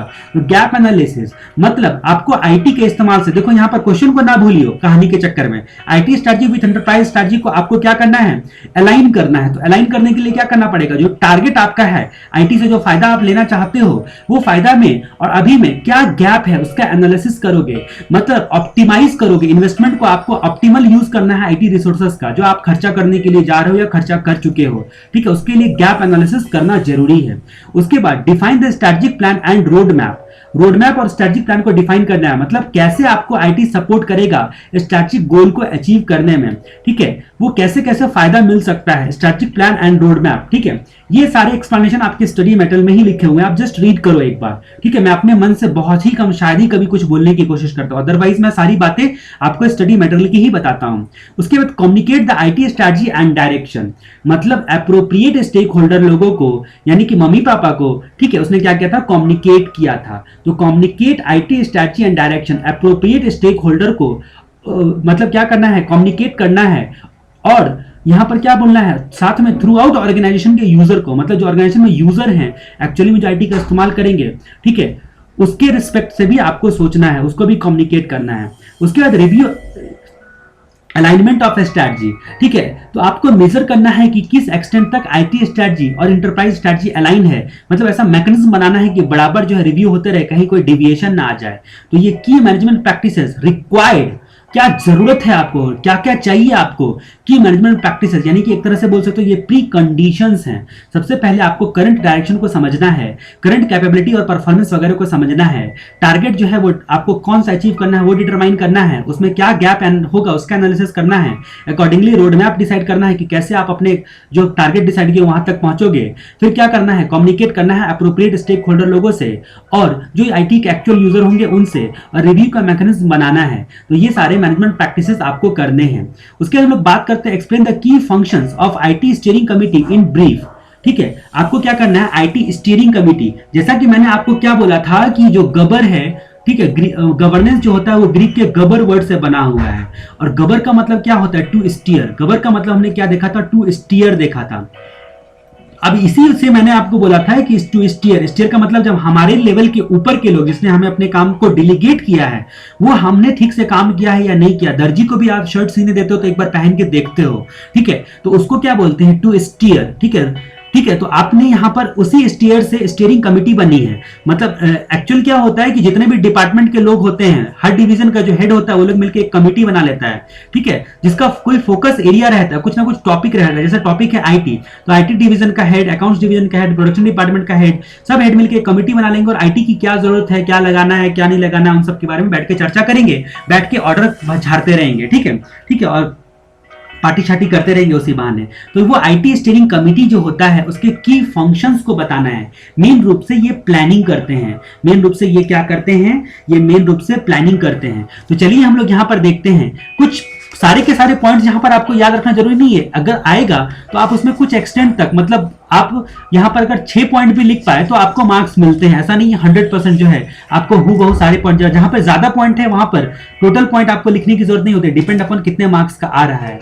ठीक है, तो हम लोग यहां पर बात करते हैं, जैसा कि मैंने आपको कहानी सुनाया था, यहां मैंने आपको बताया था कि मतलब आपका जो लोनावाला पुलिस स्टेशन है, लोनावाला पुलिस स्टेशन है, वहां से लेकर जो दिल्ली का रजौरी गार्डन पुलिस स्टेशन है, एलपीएस टू आरपीएस, ठीक है, तो लोनावाला पुलिस स्टेशन से लेकर रजौरी गार्डन दिल्ली, ठीक है, और ये कहां पे है, मुंबई और पुणे के बीच में लोनावाला खंडाला है। ठीक है, तो वहां से लेकर दोनों के बीच में जितनी भी सिक्योरिटी होती है और जितने भी कॉन्फ्लिक्ट होते हैं उन सब का रिपोर्ट बोर्ड को करना है। अब यहां से वहां तक आप जाओ और जितनी भी सुरक्षा व्यवस्था है और जितने भी कॉन्फ्लिक्ट हैं, ठीक है, सबका रिपोर्ट किसको करना है, बोर्ड को करना है। ठीक है, तो ये काम आईटी स्टीयरिंग कमेटी के लिए आपको याद रखना है। तो हम लोग यहां पर जानते हैं एक एक चीज का मतलब। एल का मतलब क्या होता है, यहां पर क्या होता है, ये जो प्लान है ना वो प्लान दो प्रकार के होते हैं, एक लॉन्ग रेंज के होते हैं और दूसरा शॉर्ट टर्म के प्लान होते हैं। दोनों में क्या करना है, मतलब long term plan and short term plan, मतलब पहले लॉन्ग टर्म प्लान बनाया जाता है, उसको इंप्लीमेंट करने के लिए उसी प्लान को छोटे छोटे टुकड़ों में बांटा जाता है, उसको शॉर्ट टर्म प्लान बोलते हैं। इसको क्या करना है, इंटरप्राइज की जो ऑब्जेक्टिव होता है उसके साथ ट्यून बनाकर रखना है। ठीक है, ट्यून बनाकर रखना है, तो इसीलिए एलटीएस लॉन्ग टर्म प्लान और शॉर्ट टर्म प्लान, ठीक है, उसको इंटरप्राइज का जो गोल है ना उसके साथ ट्यून बनाकर रखना है। तो ये पहला पॉइंट आपका ये हो गया एल का मतलब। पी का मतलब क्या हो गया, पी का मतलब हो गया आपको प्रायोरिटी सेट करनी है। ठीक है, मतलब आईटी जो होता है आपको सही जगह पर लगाना है। ठीक है, आईटी का जो फंक्शन है उसको सही जगह पर लगाना है, उसके लिए क्या करनी है, आपको प्रायोरिटी सेट करनी है कि कौन सी जगह पर लगाएंगे। तो पी का मतलब यहां पर क्या हो गया, प्रायोरिटीज हो गया। ठीक है, कि आईटी जो होती है वो कौन कौन सा फंक्शनल रिक्वायरमेंट के हिसाब से इंटरप्राइज में कहां कहां लगाना है। ठीक है, तो साइज एंड स्कोप के आधार पे हम लोग देखेंगे इस चीज को। ये काम भी कौन करता है, आईटी के बारे में ये काम ही बोलता है, प्रायोरिटी डिसाइड करता है, जहां जहां जरूरी है, जो जो क्रिटिकल फंक्शन उस पर पहले आईटी हमें लगाने की जरूरत है। ये भी काम, ये भी सोचना विचारना आईटी स्टीयरिंग कमेटी का ही काम है। उसके बाद पी का मतलब क्या हो गया, जैसा कि मैंने यहां पर बोला एल मतलब पुलिस स्टेशन एलपीएस, ठीक है, और दूसरा मैंने क्या बोला, Rajouri garden police station RPS. ठीक है, तो यहां पर हम लोग अब बात करते हैं यहां पर एस का मतलब। ठीक है, तो हम लोगों ने पहले क्या देखा, लॉन्ग टर्म प्लान और शॉर्ट टर्म प्लान को जो होते हैं वो इंटरप्राइज के गोल के हिसाब से ट्यून बनाकर रखना है। पी का मतलब हम लोगों ने क्या देखना, प्रायोरिटी सेट करना है। ठीक है, फंक्शनल रिक्वायरमेंट के हिसाब से, साइज एंड स्कोप के हिसाब से, ठीक है, कहां कहां आईटी आपको लगाना है। उसके बाद एस का मतलब क्या हो गया, हर एक स्टेज पर, एस का मतलब स्टेज हो गया, जो मतलब आपको क्या करना है कि मतलब आईटी डिपार्टमेंट का कोई भी प्रोजेक्ट है, ठीक है, उसका हर एक स्टेज में रिव्यू एंड अप्रूवल का जो है मैकेनिज्म होना चाहिए। मतलब हर स्टेज में जो आपका कैसा सिस्टम होना चाहिए, मतलब एस फॉर स्टेज यहाँ पर हो गया, ठीक है। तो हर स्टेज में मतलब जो भी आईटी डिप्लॉयमेंट प्रोजेक्ट है, ठीक है, उसको रिव्यू करना है, आईटी डिप्लॉयमेंट प्रोजेक्ट को रिव्यू करना है हर एक स्टेज में, ठीक है। ये स्टडी मेटल के अकॉर्डिंग मैं आपको बता रहा हूँ, ठीक है। ये पॉइंट को ना देख के आप स्टडी मेटल के पॉइंट पे चले जाओ, ज्यादा बेटर रहेगा, ठीक है। उसके बाद आर का मतलब क्या हो गया, मतलब जो भी आपके क्या बोलते हैं रिटर्न और ऑन इन्वेस्टमेंट के टर्म में, आरओआई के टर्म में, ठीक है, आरओआई के टर्म में क्या करना है, आरओआई के टर्म में, तो जो भी आपके आईटी प्रोजेक्ट होते हैं उससे कॉस्ट बेनिफिट एनालिसिस करना है, रिटर्न ऑन इन्वेस्टमेंट, आईटी से कितना आपका हो रहा है, फायदे कितने मिल रहे हैं उसके बारे में, ठीक है। उसके बाद देखना है कि परफॉर्मेंस में कोई डिविएशन तो नहीं आ रहा है बजटेड और स्टैंडर्ड में, परफॉर्मेंस आईटी का जो परफॉर्मेंस आईटी लगाने से जो आपने परफॉर्मेंस सोचा था और जो एक्चुअल में मिल रहा है उसमें डिविएशन अगर आया है तो उसके बारे में आपको देखना है। तो पी से परफॉर्मेंस, उसके बाद एस से ये क्या करता है, आईटी स्टडिंग कमेटी ये सब काम करता है। आपको बोलो तो यहाँ पर हम आईटी स्टडिंग कमेटी के पॉइंट ऑफ व्यू से बोल रहे हैं, ठीक है। सब कुछ आपको ऐसे ही ध्यान देना है। स्टैंडर्ड पॉलिसी प्रोसीजर वगैरह सबको रिव्यू करता है। स्टैंडर्ड पॉलिसी एंड प्रोसीजर किस संदर्भ में, तो आईटी के संदर्भ में स्टैंडर्ड पॉलिसी प्रोसीजर वगैरह सबको कौन करता है, तो रिव्यू करता है, ठीक है। उसके बाद जितने भी मतलब ये यहां से ऑल, यहां से बीच में जितने भी आएंगे यानी कि ऑल जितने भी एस्पेक्ट आएंगे, मतलब की एस्पेक्ट जो होते हैं आपके आईटी से रिलेटेड, ठीक है, उसमें क्या करना है, डिसीजन मेकिंग करना है और डिसीजन मेकिंग पर रिपोर्ट करना है। उसके बाद क्या हमने कहानी में देखा था कि ऑल सिक्योरिटी को, सिक्योरिटी बोलो तो जो आईटी से रिलेटेड ऑर्गेनाइजेशन के जो सिक्योरिटीज होते हैं उसको देखना है, मतलब कंट्रोल वगैरह सब प्रॉपर है कि नहीं है, तो सिक्योरिटी सिस्टम को भी देखना है। रिलेटेड कॉन्फ्लिक्ट, कॉन्फ्लिक्ट का मतलब क्या हो गया, जो आईटी जो होते हैं और आईटी के यूजर्स जो होते हैं, ठीक है, उनके बीच में आपस में कॉन्फ्लिक्ट ना हो जाए उसको दूर करने का क्या मैकेनिज्म होगा, ये सारे के सारे डिसाइड करने वाले कौन है, आईटी स्टडिंग कमिटी डिसाइड करने वाले हैं। और लास्ट वाला क्या आता है, बोर्ड, बोर्ड को रिपोर्ट करना है, मतलब रेगुलरली रिपोर्ट करना है आईटी एक्टिविटीज के संदर्भ में। बोर्ड ऑफ डायरेक्टर को रिपोर्ट करने के लिए ये आईटी स्टडिंग कमेटी जो होती है वो जिम्मेदार होती है। आईटी स्टडिंग कमेटी जो होती है resolve conflict in deployment of IT, ठीक है। तो ये सारे पॉइंट्स हमारे इसमें समा गए, ठीक है। तो ये आपको याद रखना है, एलपीएस टू आरपीएस, उसके बाद ऑल सिक्योरिटी और कॉन्फ्लिक्ट के बारे में इसको देखना है, ठीक है। आप प्लीज बैक करके सुन लो और स्टडी मेटल से एक बार पढ़ो, क्योंकि ये सारी चीजें अगर आपको आ गई तो आपको लिखना और रिकॉल करना थोड़ा डिफिकल्ट हो जाता है।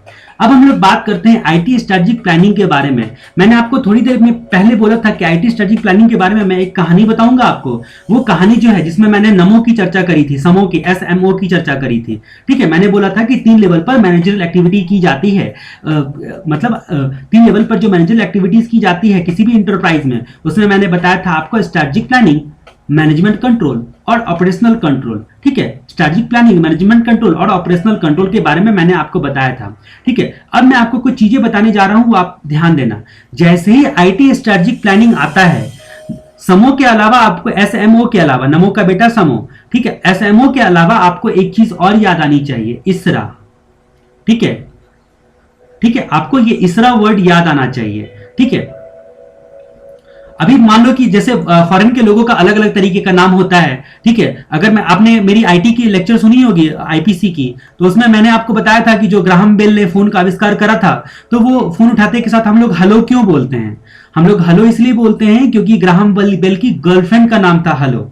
जब उसने पहली बार मतलब फोन बनाया था तो उसने जो कनेक्शन एस्टेब्लिश किया था वो अपनी गर्लफ्रेंड से एस्टेब्लिश किया था और उसने उसका नाम बोला था हेलो, तो उस वक्त से ट्रेंड बन गया, ठीक है, हेलो बोलने का। तो इसी तरह मान लो कि जो एसएमओ है, ठीक है, उसकी गर्लफ्रेंड का नाम है इसरा, ठीक है। तो अजीबोगरीब नाम रहते हैं, तो ESRA आपको याद आना चाहिए। आईटी स्ट्रेटेजिक प्लानिंग याद आते के साथ आपको आईटी स्ट्रेटेजिक प्लानिंग ये देखते के साथ इसरा याद आना चाहिए, इसरा याद आना चाहिए। ई फॉर क्या हो गया है, इंटरप्राइज स्ट्रेटेजिक प्लान। ये कोई बड़ी बात नहीं है, ठीक है, आपको एवे ही याद रहेगा, लेकिन उसके बावजूद भी यहां पर मैं आपको छोटी छोटी चीजें बारीकी से बता रहा हूं कि कहीं कोई कंफ्यूजन का चांस ना रहे।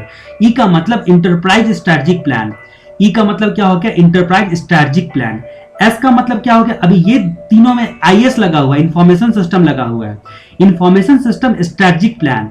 एक हो गया एंटरप्राइज स्ट्रेटेजिक प्लान और दूसरा हो गया इंफॉर्मेशन सिस्टम स्ट्रेटेजिक प्लान।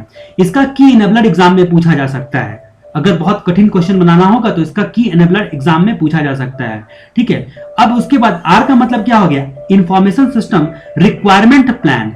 इसमें भी की एनेबलर पूछा जा सकता है इंफॉर्मेशन सिस्टम रिक्वायरमेंट प्लान में।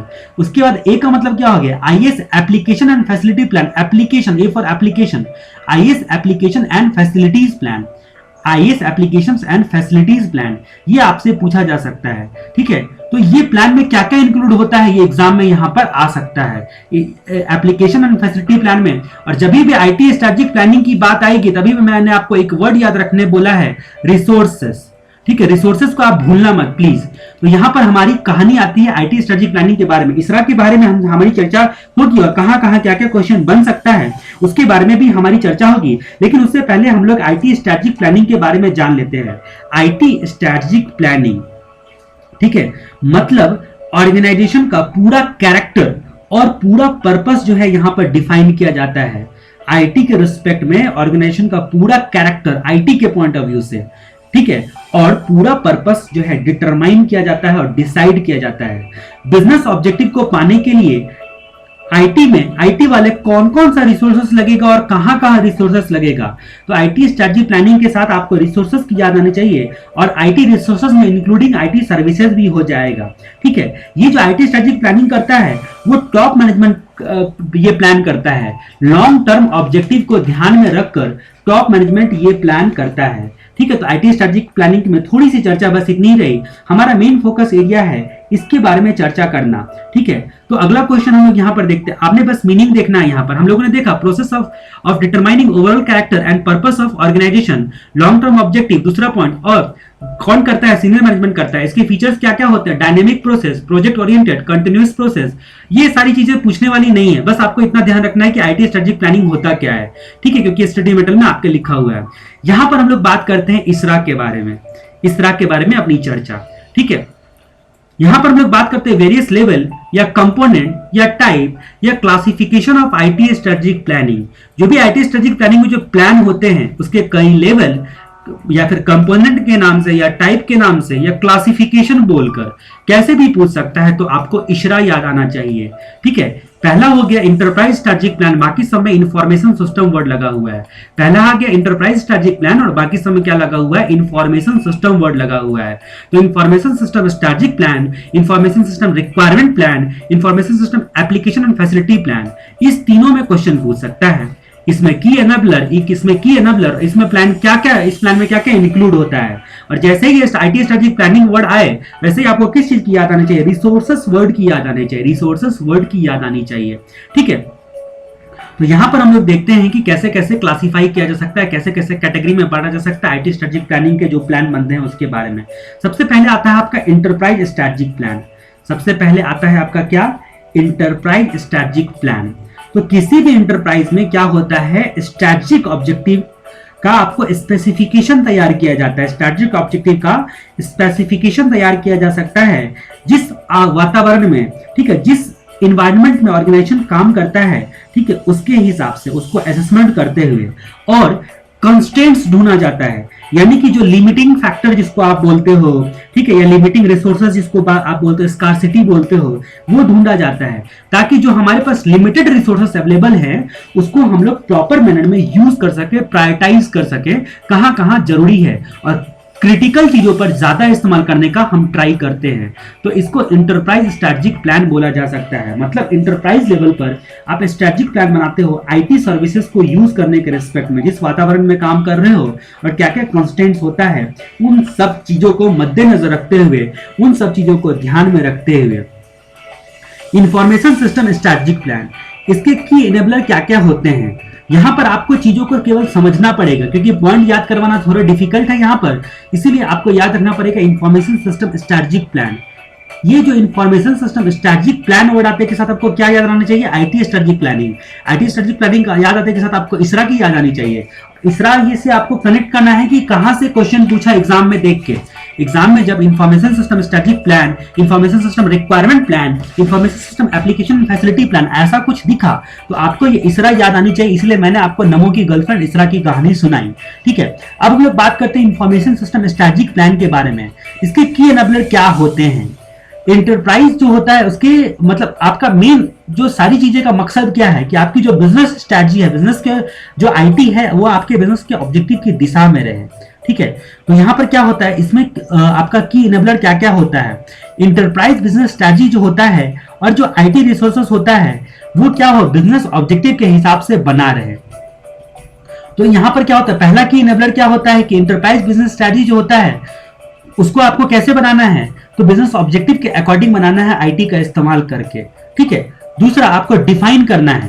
पहली बात तो क्या है कि बिजनेस स्ट्रेटजी के बारे में हमने चर्चा करी कि आपके IT and business objective, business strategy में आपका पहला पॉइंट आ गया। दूसरा पॉइंट आप क्या बोल सकते हो कि डिफाइन करना है कि आपको आईटी कैसे सपोर्ट करेगा बिजनेस ऑब्जेक्टिव में।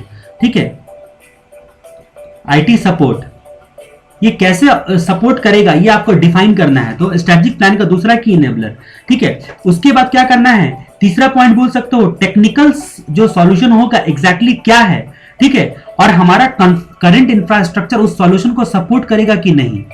जो हमारा बिजनेस प्रोसेस में जो हम आईटी लगा के अपना इंप्रूवमेंट करना चाहते हैं, ठीक है, या फिर अपने प्रॉब्लम को दूर करना चाहते हैं, जो आपका टेक्निकल सॉल्यूशन है वो एग्जैक्टली क्या है, और हमारा करंट इंफ्रास्ट्रक्चर हमारे पास जो अवेलेबल है वो उस सिस्टम को सपोर्ट करेगा या नहीं करेगा। ठीक है। उसके बाद मार्केट की टेक्नोलॉजी को मॉनिटर करना है कि मार्केट में क्या चल रहा है भैया, टेक्नोलॉजी जो है मार्केट का वो मॉनिटर करना है।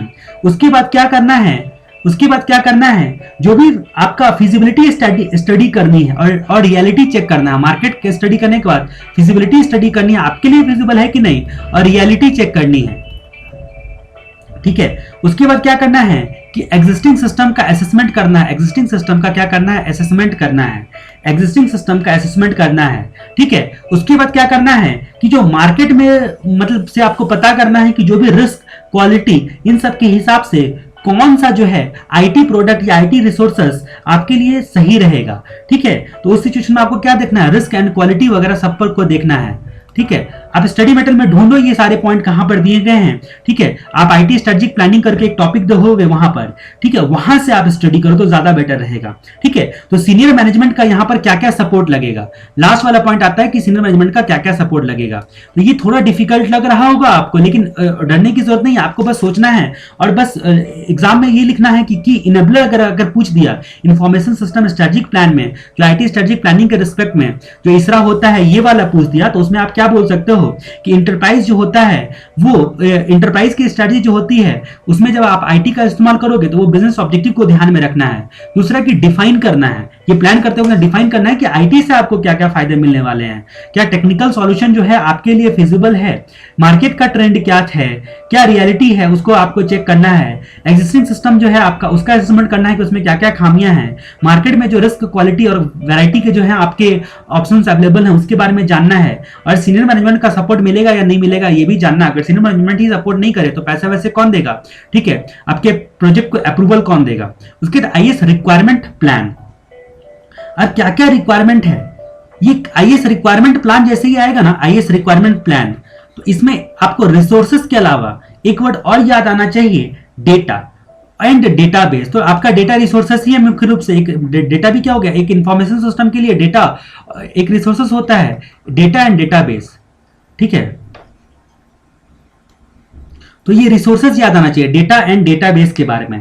ठीक है। तो यहां पर आपको क्या देखना है, यहां पर एक word information system requirement plan में आपको देखना है कि automated data repository and data dictionary होना चाहिए। ठीक है। ये डेटा रिपोजिटरी डीबीएमएस आपने पढ़ा होगा, डेटाबेस मैनेजमेंट सिस्टम पढ़ा होगा। ठीक है। डीबीएमएस में मैं आपको याद दिला देना चाहूं कि मान लो कि ये आपका सिस्टम है। ठीक है। ये सिस्टम है और यहां पर क्या है, ये डेटाबेस है, ये सिस्टम है, ये डेटाबेस है। डेटाबेस में फाइल जो है बहुत सारे रखे हुए हैं आपके। ठीक है। डेटाबेस में बहुत सारे फाइल जो है, फाइल एंड फोल्डर वगैरह सब जो है डेटाबेस में आपके रखे हुए हैं। इन दोनों के बीच में एक एप्लीकेशन सॉफ्टवेयर होता है, उसको डीबीएमएस बोलते हैं। ठीक है। ऑरेकल वगैरह सब जो होता है आपका डीबीएमएस होता है। ये जो आपको स्क्रीन पर दिखता है वो अलग अलग डिजाइन में दिखता है, आपको सिस्टम एक दिखता है जिससे आपको काफी ऑर्गेनाइज मैनर में, मतलब आपको कौन सा फाइल चाहिए, आपका असिस्टेंट का काम करता है एक तरह से बोलो तो।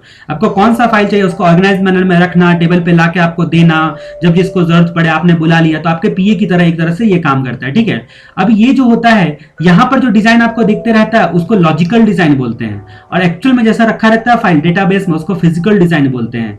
ये डीबीएमएस आपको दिखाता कुछ है, लॉजिकल वे में दिखाता है ताकि आप अच्छे तरीके से समझ पाओ। ठीक है। और एक्चुअल में ये रखता कैसे भी है। ठीक है, तो इसको फिजिकल डिजाइन बोलते हैं। तो ये डेटाबेस मैनेजमेंट सिस्टम। अब इसमें क्या क्या होता है, जो भी डेटाबेस मैनेजमेंट सिस्टम है, आपने एक वर्ड यहां पर हम अभी यूज करने वाले हैं, सिंटेक्स रूल।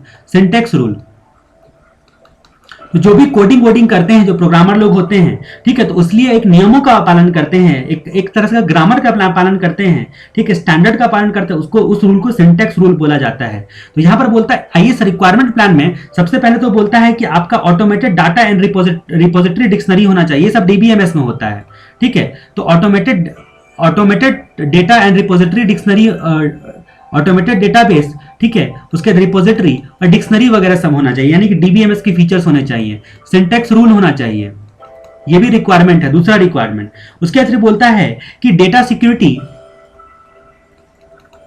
एंड क्लासिफिकेशन, मतलब आपका डेटा ओनरशिप, सिक्योरिटी और सिक्योरिटी क्लासिफिकेशन होना चाहिए। Data ownership and security classification होना चाहिए। ओनरशिप का मतलब क्या, कि जैसे कि हम लोगों ने देखा था सिस्टम डेवलपमेंट लाइफ साइकिल, जब आप पढ़ते रहोगे तो उसमें हम लोगों ने क्या देखा था, हम लोगों ने देखा था कि जो भी प्रोजेक्ट होते हैं बड़े, उसको छोटे छोटे हिस्सों में बांटा जाता है, उसको मॉड्यूल बोलते हैं, ठीक है। तो मॉड्यूल 1, मॉड्यूल 2, मॉड्यूल 3, ठीक है। तो ये छोटा वाला हिस्सा, इसका भी एक जो है मॉड्यूल ओनर डिसाइड किया जाता है, मतलब रिस्पॉन्सिबल कौन रहेगा इस मॉड्यूल के लिए, ठीक है। तो इस तरह से यहाँ पर जो है ओनरशिप डिफाइन होनी चाहिए, सिक्योरिटी से रिलेटेड, ठीक है, और डेटा ओनरशिप से रिलेटेड। जो डीबीएमएस में कुछ डेटा की गड़बड़ी हुई तो इन लोग जिम्मेदार होंगे, ठीक है।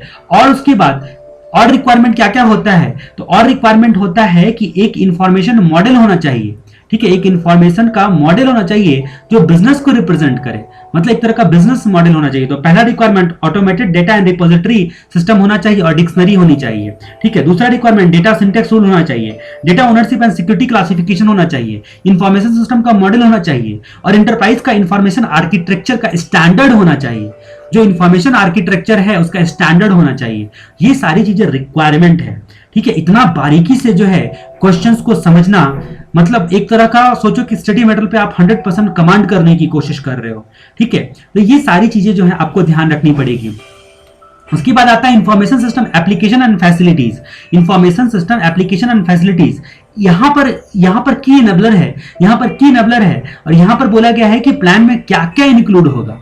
एप्लीकेशन एंड फैसिलिटीज के रिस्पेक्ट में प्लान में क्या क्या इंक्लूड होगा। तो आपको पता ही है कि एक प्रकार का सिस्टम सॉफ्टवेयर होता है, ठीक है, जैसे ऑपरेटिंग सिस्टम वगैरह सब आपका एक एप्लीकेशन सॉफ्टवेयर होता है, जैसे कि आपका वर्ड हो गया, ठीक है, उसके बाद एक्सेल हो गया, पेंट वेंट हो गया, जो भी आपका जो सॉफ्टवेयर सब यूज करते हो एप्लीकेशन, ठीक है। तो एप्लीकेशन एंड फैसिलिटीज प्लान, तो इंफॉर्मेशन सिस्टम के लिए भी कुछ ना कुछ एप्लीकेशन सिस्टम तो लगेगा ही। तो यहां पर क्या है कि क्या क्या जो है आपको प्लान में इंक्लूड होना चाहिए। पहली बात कि स्पेसिफिक एप्लीकेशन सिस्टम क्या आपको डेवलप करना पड़ेगा, एप्लीकेशन डेवलप करना पड़ेगा, ठीक है। अगर डेवलप करना पड़ेगा तो कितना समय लगेगा डेवलप करने में। क्या आपको आईटी स्ट्रेटेजिक प्लानिंग के हिसाब से आपका जो ये प्लान बन रहा है उस प्लान में क्या नया एप्लीकेशन डेवलप करना है, कितना टाइम लगेगा, ठीक है। उसके बाद जो है इस एप्लीकेशन को चलाने के लिए जो हार्डवेयर या सॉफ्टवेयर लगेंगे वो आपको एक्वायर करने पड़ेंगे क्या। अगर एक्वायर करने पड़ेंगे तो क्या इसका शेड्यूल होगा, क्या कॉस्ट होगा, ठीक है। तीसरा कि इस एप्लीकेशन सिस्टम को चलाने के लिए अदर फैसिलिटीज क्या क्या रिक्वायर्ड है, जैसे यूजर वगैरह को ट्रेनिंग देना वगैरह वगैरह, ठीक है।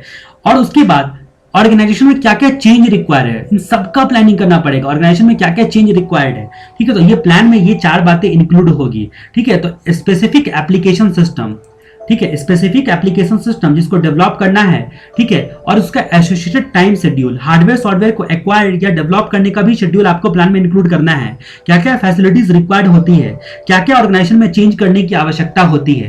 तो ये थोड़ा डिफिकल्ट एरिया हो गया, ये थोड़ा कठिन एरिया हो गया जो आपको थोड़ी दिक्कत पहुंचा रहा होगा, मैं समझ सकता हूं। लेकिन फिर भी इसरा को आप प्लीज मत भूलना, क्योंकि क्वेश्चन जो है वो थोड़े डिफिकल्ट होते जा रहे हैं। अगर मतलब अब एग्जाम जो है थोड़ा मतलब आपको ज्यादा बारीक से प्रिपरेशन करना पड़ेगा, और वो भी 100% स्टडी मटेरियल के अकॉर्डिंग करना पड़ेगा, तो तभी आपके अच्छे मार्क्स आएंगे।